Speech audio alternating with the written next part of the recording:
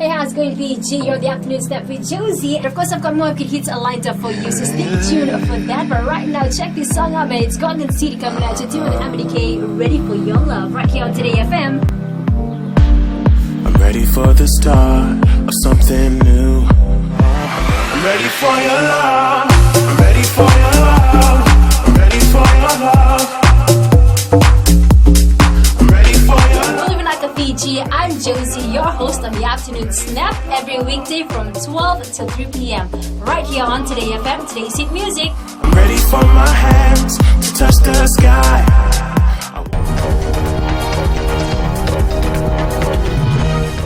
Good evening and welcome to FBC News. In tonight's bulletin, guests and staff forced out after a bank takes over a local hotel. Fireworks timeframe only until midnight on Diwali, and Health Minister reassures Ministry's preparedness for Ebola. Now on to our first story. Guests and staff at a hotel in Nandi had to leave immediately after staff from a bank seized the property for non-payment of bank loans by the owners. Christopher Chand reports the incident took place at Fun World Hotel on Nandi Back Road last Friday afternoon. Fun World Hotel owner Mohammad Shahil Shah secured a loan of $4 million from Bank of Baroda in 2008 to build this property. After a few years of operation, there are now legal proceedings between the bank and operators of the hotel. Last Friday's incident at the hotel completely caught everyone unaware. They had people from the bank just walk into their rooms and knock on the door and say, "Get out." And of course, they would be in such a confusion because, they should have explained to them what was going on. But no, it was told to get out. Pastor David Vakai is one of the many guests from Australia, New Zealand, Samoa, Tonga, Vanuatu and Fiji staying at the hotel for a week-long church conference. It's almost like, what's happening to Fiji? That was really what was going through my mind at that time. So it wasn't a very good experience. It was unpleasant, not only to me, but also our delegates from the other nations. Bank of Baroda officials in Nandi did not want to comment on Friday night. Their lawyer Dorsami Naidu also refused to comment. What's this? FBC, sir. Then can you just put the camera, give it to somebody to put it away there, then I'll talk, right? Yeah, give it to the security guy. No, so then can you please remove? We tried to contact the hotel owner in New Zealand but were unsuccessful. Minister for Tourism Fayaz Koya says he sympathizes with the hotel guests, but government cannot interfere in this situation. The hotel is now under guard, its future uncertain. As for the guests, their unpleasant experience would remain with them for some time. Christopher Chand, FBC News. The use of fireworks on Diwali this Thursday will only be allowed up till midnight. The Ministry of Mineral Resources says time restrictions have been put in place for the safety of users as well as the public. Watisoni Rekanroka tells us more. 4 days away from Diwali, and the public are being advised of the time restrictions on the use of fireworks. It's from 5 to 10 o'clock for any given day, but on Diwali it's from 5 to 12 midnight. The director says only adults 18 years and over are allowed to purchase fireworks.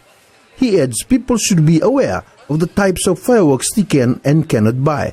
Wide range of firecrackers, some which are usually used before, and it's because of the the content of the explosive or the fireworks material that is deemed unsafe for general public or consumer use.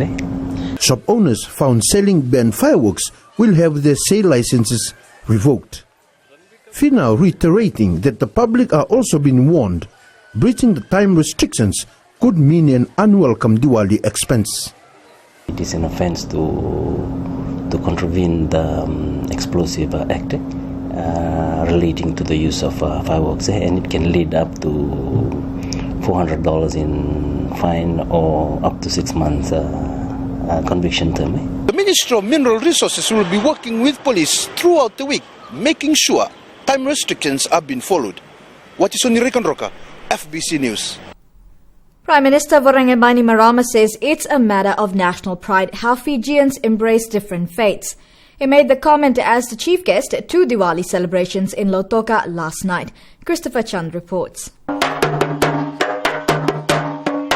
Diwali will be celebrated on Thursday, but early celebrations have been held by different organizations, like this one at the Girmit Center last night. It is indeed a matter of great personal and national pride how openly we embrace each other's different religions and how readily we include those of different faiths in our observances.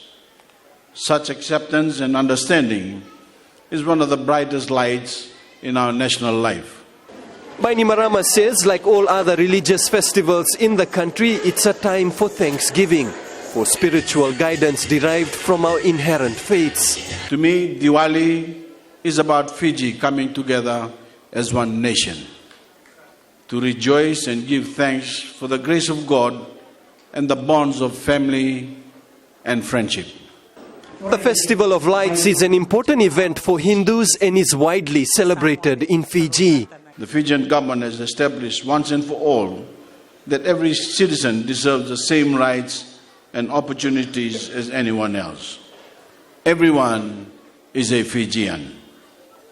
We all belong, no matter where we come from or whatever our faith. It's a wonderful time to be Fijian as we set our sights on a united future. Diwali symbolizes the victory of light over darkness and good over evil. Christopher Chand, FBC News. Now, the government is reassuring the general public that Fiji is prepared to combat the deadly Ebola virus if it reaches our shores. Minister for Health Chone Usamate says a task force has been established to ensure our medical facilities and personnel are equipped and ready. Ellen Stoltz reports.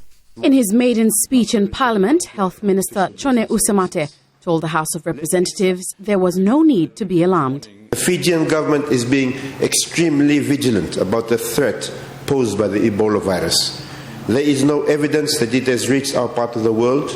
Indeed, some of the reporting on the issue has been wrong. There was a suspected case in Cairns, North Queensland, but the person involved was eventually cleared of having the disease. The minister added that although Fiji is in the clear, our medical facilities and personnel are ready for any and every possible situation. But we are not being complacent. The government has set up an Ebola task force across a range of ministries, including mine, to monitor the global and regional situation and to take steps to ensure that Fiji is equipped to deal with any contingency. There is no need for panic. Fiji is not under threat. But if that situation changes, I can assure the Fijian people that we are not only prepared, but that we will keep them fully informed. His comments has come after a member of opposition called for answers from government as to what measures were in place in Fiji to protect us against Ebola. There has been more than 4,500 Ebola deaths in West Africa alone, with fatalities being recorded in countries such as Germany, Spain and the United States. Ellen Stalls, FBC News. After the break, Education Forum reveals a need for more critical thinkers.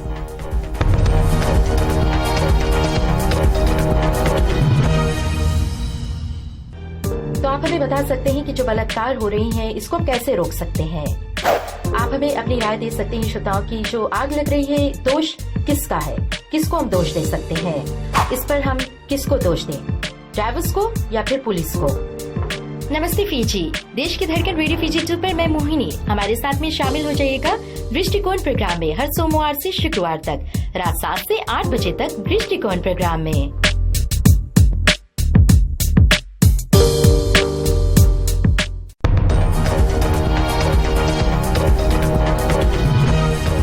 Welcome once again to FBC News. Fiji and Tuvalu have signed a treaty under the UN Convention on the Law of the Sea. The Fiji-Tuvalu Maritime Boundary Treaty formally establishes the extent of the national areas of jurisdiction between Fiji and Tuvalu. Chanel Sivan reports.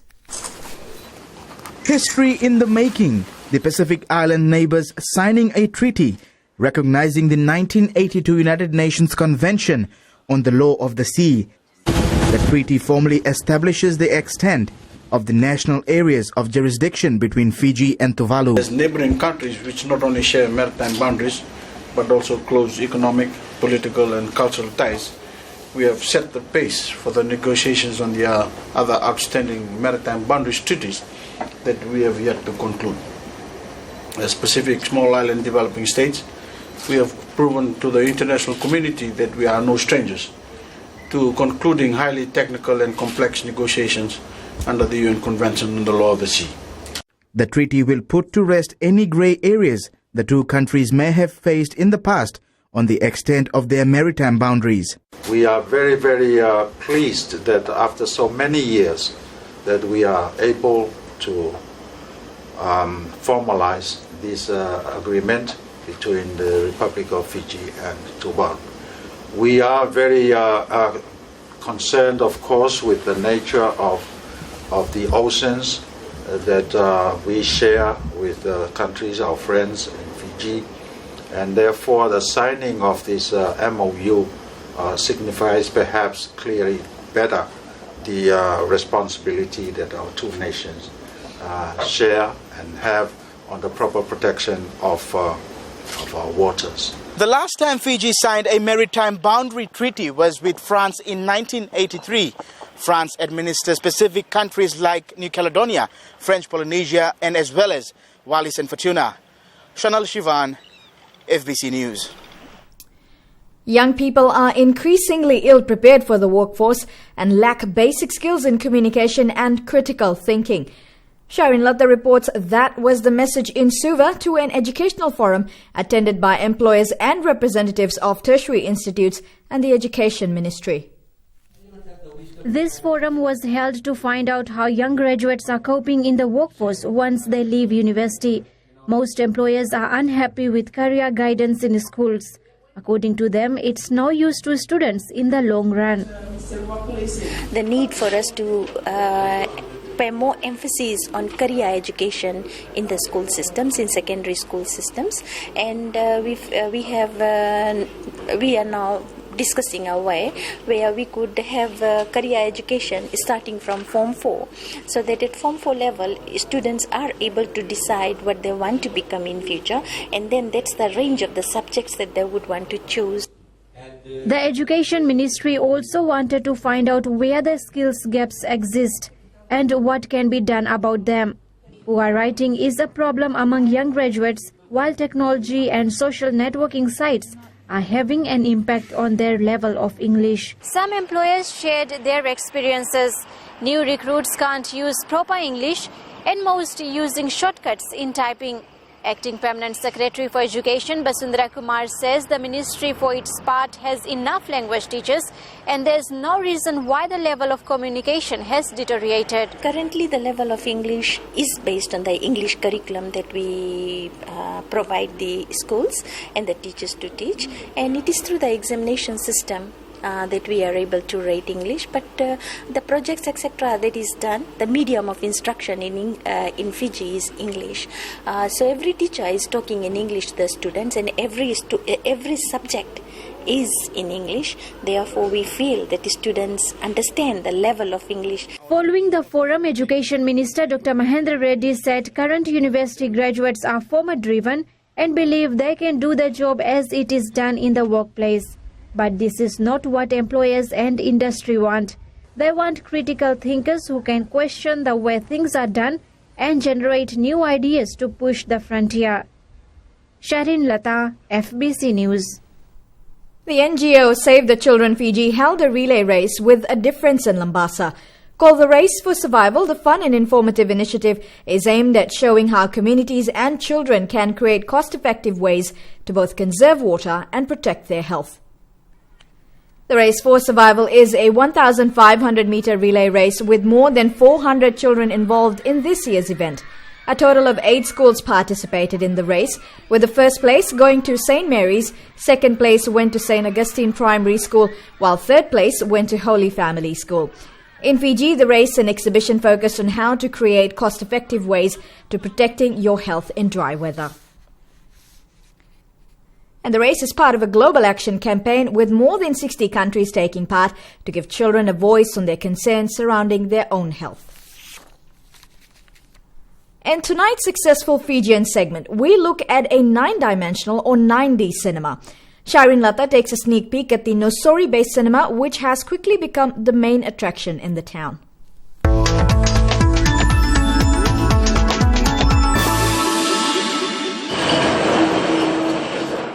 This is the home of Fiji's first 9D cinema, and Pritesh Prakash is the proud owner. Prakash is not only the owner of the cinema, but has also run this gaming center here in the heart of Nosori over the last 7 years.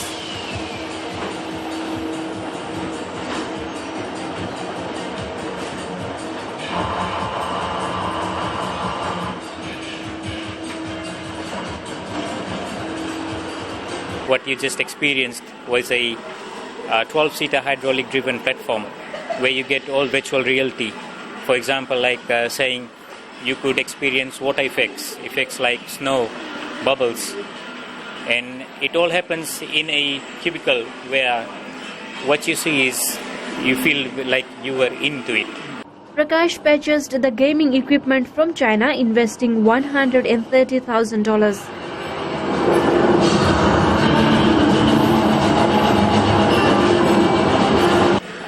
What we are looking at is we are less thinking about double or triple the figure what we have invested.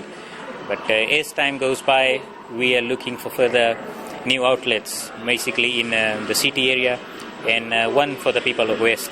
We are charging $5 per show. Currently, the 9D cinema, what we provide is a movie session which lasts about 5 to 14 minutes on average. So if you pay $5, you get to have movie sessions for 5 to 14 minutes. And we also offer a $3 show. $3 show is just movie sessions for 3 to 4 minutes. The 28-year-old says it was his parents' hard work and dedication which has made him successful. I have been brought up in Nosori area, and looking at the developments currently in Nosori, it was high time we get in some cinema stuff. Like this will be the first ever setup of this nature in Nosori town, and like this is for the people of Nosori, and not only the people of Nosori, for the whole area, where they get to experience a virtual reality, which is a 9D cinema. This 9D cinema is not any regular movie theatre. It has multi-dimensional visual amusement rides and is suitable for both children and adults. Awesome. It's one of the best places to work, and I'm also enjoying myself. As long as I'm playing, I'm enjoying my work area, as Mr. Pritesh here has given us an opportunity to work.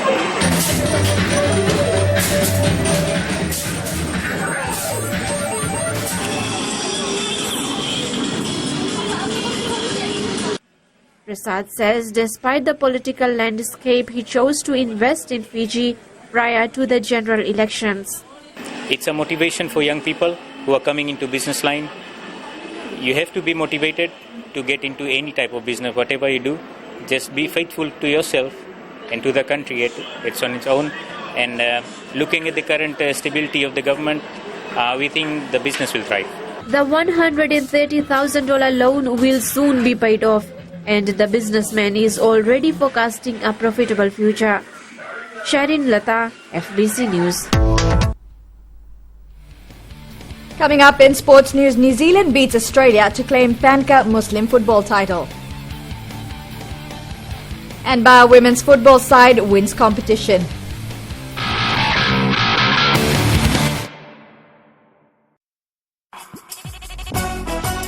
छू छू छू हे नमस्ते Fiji, आपके हर एक problem की दवा लेकर मैं आ गई हूँ 9 से 12 बजे तक आपकी सहेली Renu.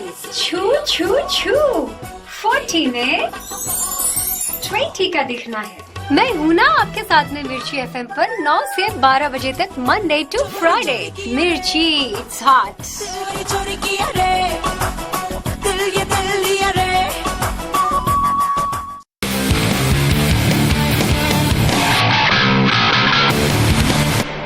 Leading FPC sports tonight, New Zealand claimed the Panca Muslim football title after beating Australia 3-1 in the final at Ratuzakambal Park this afternoon. The Kiwis took advantage of every opportunity presented to them and caught the Aussie defence napping early in the first half. The tournament favourites never looked like relinquishing their lead throughout the match to clinch the trophy. Organisers were happy with the level of competition from day one, as well as the good turnout by the fans. The whole tournament has been beautifully organised, and we have a very great support from the referees of Fiji football. We've been assisted by the Fiji Football Association with all the referees and linesmen. Then our visiting teams like Canada, America, Australia and New Zealand showed great competition. As you can see, Australia had 3 teams in the finals. Meanwhile, Fiji won the over 35 grade title for the first time in the tournament's history after beating Australia 4-1 in the final. It feels awesome. Thank you very much to everyone, and it's really great to being winning the first time, playing in the first time in 35 and above, and winning it for the first time. Fiji have never won this, and we created history. Canada defeated Australia 3-2 in the over 42 age grade final. Now, the BLK Nandronga rugby side has retained the HFC Bank Fairbrother Trophy after defeating the Jacks Nandi side 17-8 at Lawanga Park yesterday. The Stallions were taken to the wire by the Jet Setters but had just enough power left in the tank to clinch the win in front of its home fans. Chalindao Dakadaka reports. Nandi came to Lawanga Park with a mission and showed Nandronga they meant business from the opening whistle. After being held to a 0-0 draw at halftime, the Stallions powered back with a penalty to National Sevens rep Apisalome Wangatambu and a try to Ermasi Randronro. Yes, first of all, I must thank the Almighty God for being strengthening the boys in this year. We, from the beginning of the year, we set our goal to play with 21 games, including skipper and February, and the boys kept their promise.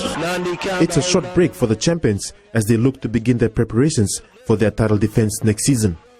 Now we'll enjoy and we'll have our Thanksgiving service tomorrow. Then we will have a 1 week break. Then we'll reset our goal again for next year and we'll work for it in our pre-season training. The BLK Nandronga side will now bask in glory, having captured the Skipper Cup and HFC Bank Fairbrother Trophy. The Stallions have once again stamped their claim as the provincial champions of Fiji Rugby. Chalindao Dakadaka, FBC Sports. The Women's Local Soccer League has ended at the Fiji Football Association ground in Suva. Ba and Navua played out the final after eliminating Lambasa earlier in the day. 6 teams played in the Women's League, with Savu the latest inclusion this year. Officials are keen to see more development work in each of the districts to help lift the level of competition in the future. Okay, in districts by come 2015 we intend to have district calendars for development. Yeah, something that we have just discussed in our meeting today.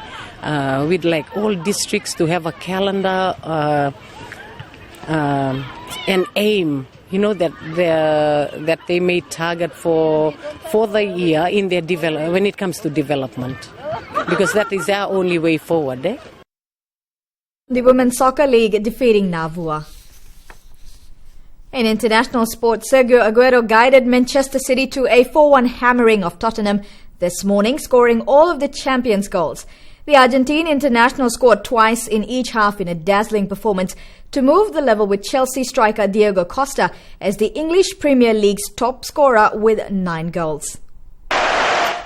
Meanwhile, Liverpool will take on Queen's Park Rangers at 12:30 a.m. tomorrow, and you can watch it live on FPC TV, where the difference is clear.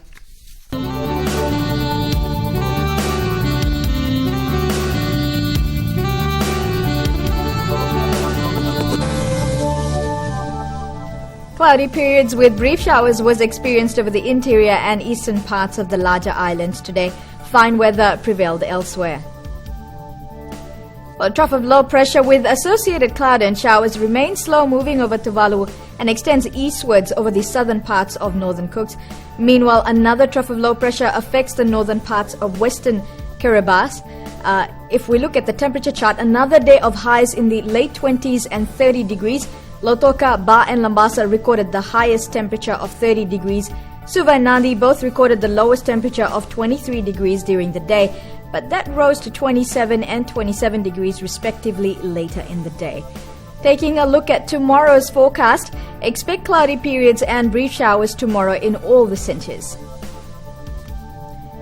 As for the further outlook, it looks like it will remain pretty much the same for the rest of the week, at least in the earlier part ahead of the Diwali holiday on Thursday. Our main points again, guests at a hotel in Nandi were forced to leave after bank staff moved in and seized the property in Nandi, claiming the current owners have defaulted on their loan repayments. The use of fireworks on Diwali this Thursday will only be allowed up till midnight, and Fiji and Tuvalu have signed a treaty under the UN Convention on the Law of the Sea. On to this week's poll question, will you be following the Parliament debates? Visit our FBC website to take part on www.fbc.com.fj. Well, remember you can send us newsworthy pictures and videos on email citizenseyes@fbc.com.fj or share it with us via our Facebook page, FBC News. If you're on Twitter, follow and tweet us your news tips at FBC News or simply hashtag FBC News. That's all from us. I'll be seeing you next week, but before then, I'd like to wish each and every one of you a happy Diwali. Now stay tuned for the Record, and our guest tonight is the Education Minister, Dr. Mahendra Reddy. That's right after this program. Good night.